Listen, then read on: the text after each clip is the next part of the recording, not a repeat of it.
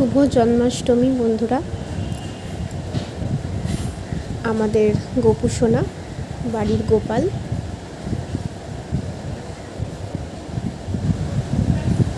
আমাদের গোপু সোনার পুজো শুরু হয়ে গেছে।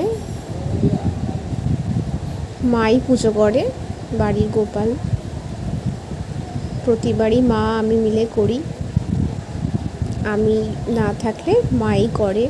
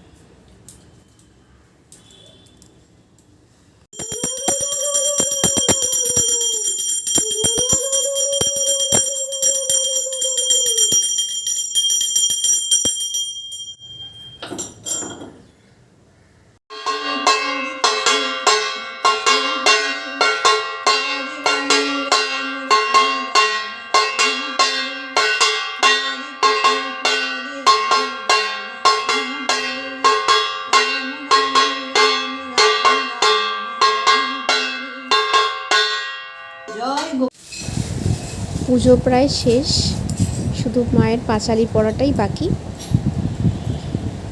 নিশ্চয়ই ভালো লাগছে তোমাদের। এবার মা একটু আরতি করে পাঁচালি পড়বে।